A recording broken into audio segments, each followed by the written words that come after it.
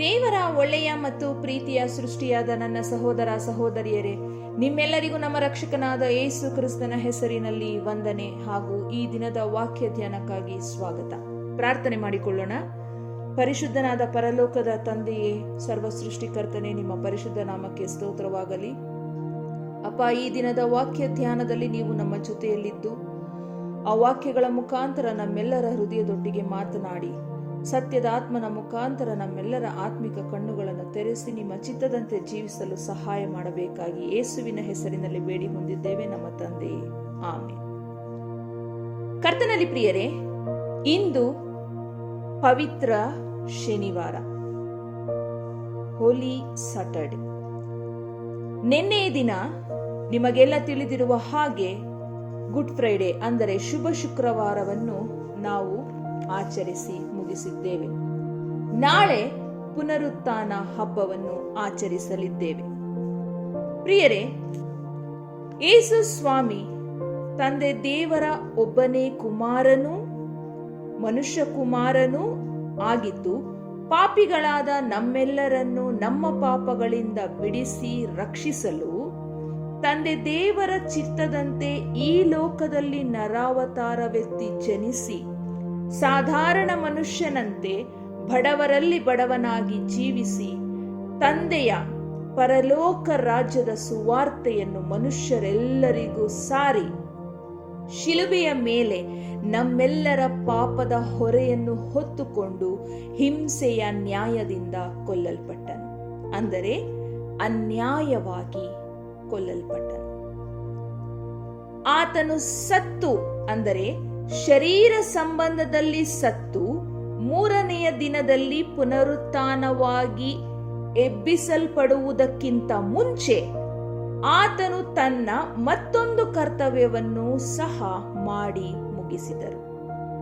ಹಾಗಾದರೆ ಆ ಒಂದು ಕರ್ತವ್ಯವೇನು, ಆ ಒಂದು ಕೆಲಸ ಏನು ಆತನು ಮಾಡಿ ಮುಗಿಸಿದ್ದು ಅಂತ ನೋಡೋದಾದ್ರೆ, ಅವಿಧೇಯರಾಗಿ ಶಾರೀರಿಕವಾಗಿ ಸತ್ತು ಹೋದವರ ಆತ್ಮಗಳಿಗೆ ಆತ್ಮ ಸಂಬಂಧದಲ್ಲಿ ಹೋಗಿ ಆತನು ಸುವಾರ್ತೆಯನ್ನು ಸಾರಿದರು. ಅಂದರೆ ಪಾತಾಳದಲ್ಲಿದ್ದ ಆತ್ಮಗಳಿಗೆ,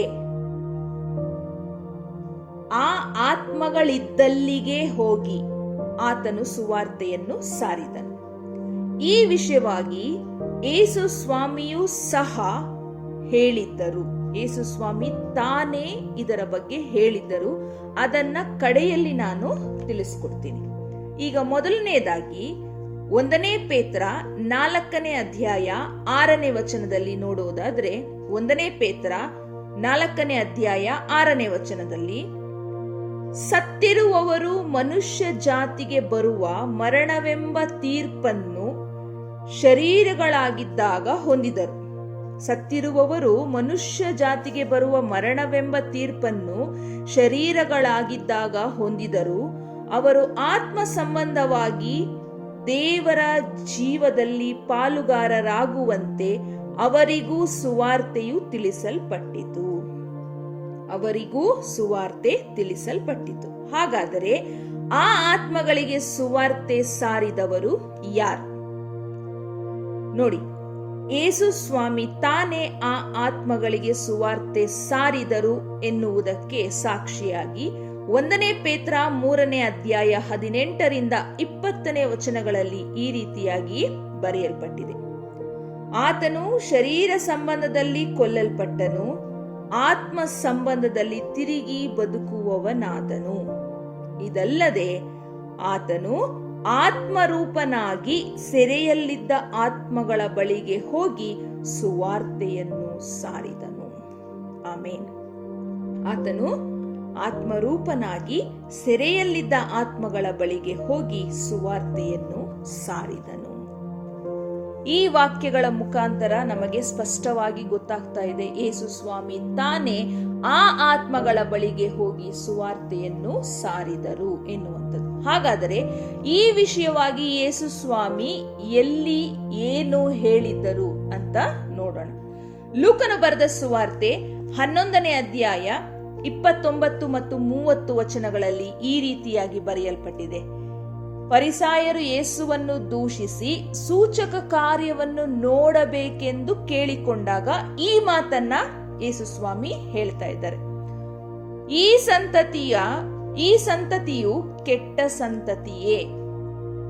ಇದು ಸೂಚಕ ಕಾರ್ಯವನ್ನು ನೋಡಬೇಕೆಂದು ಅಪೇಕ್ಷಿಸುತ್ತದೆ, ಆದರೆ ಯೋನನಲ್ಲಿ ಆದ ಸೂಚಕ ಕಾರ್ಯವೇ ಹೊರತು ಬೇರೆ ಯಾವುದೂ ಇದಕ್ಕೆ ಸಿಕ್ಕುವುದಿಲ್ಲ.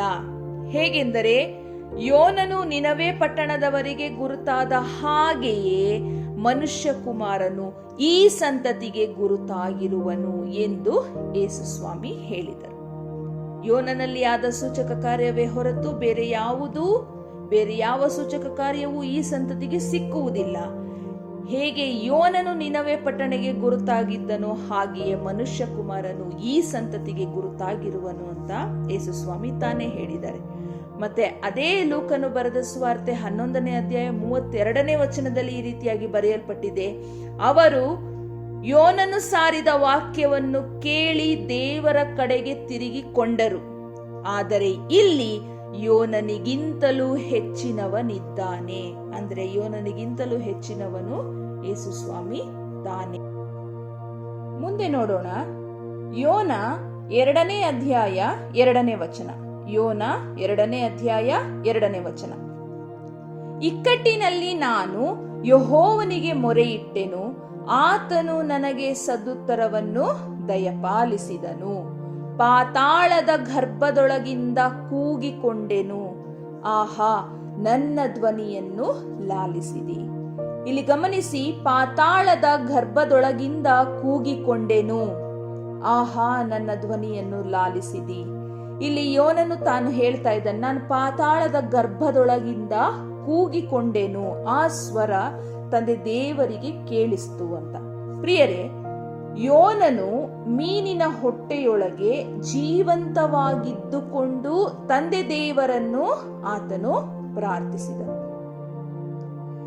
ಅದೇ ರೀತಿಯಾಗಿ ಯೇಸು ಸ್ವಾಮಿ ಪಾತಾಳಕ್ಕೆ ಇಳಿದು, ಅಂದರೆ ಆ ಆತ್ಮಗಳು ಇರುವಲ್ಲಿಗೆ ಹೋಗಿ ಆ ಆತ್ಮಗಳಿಗೆ ಸುವಾರ್ತೆ ಸಾರಿದರು ಅಂತ ಬರೆಯಲ್ಪಟ್ಟಿದೆ.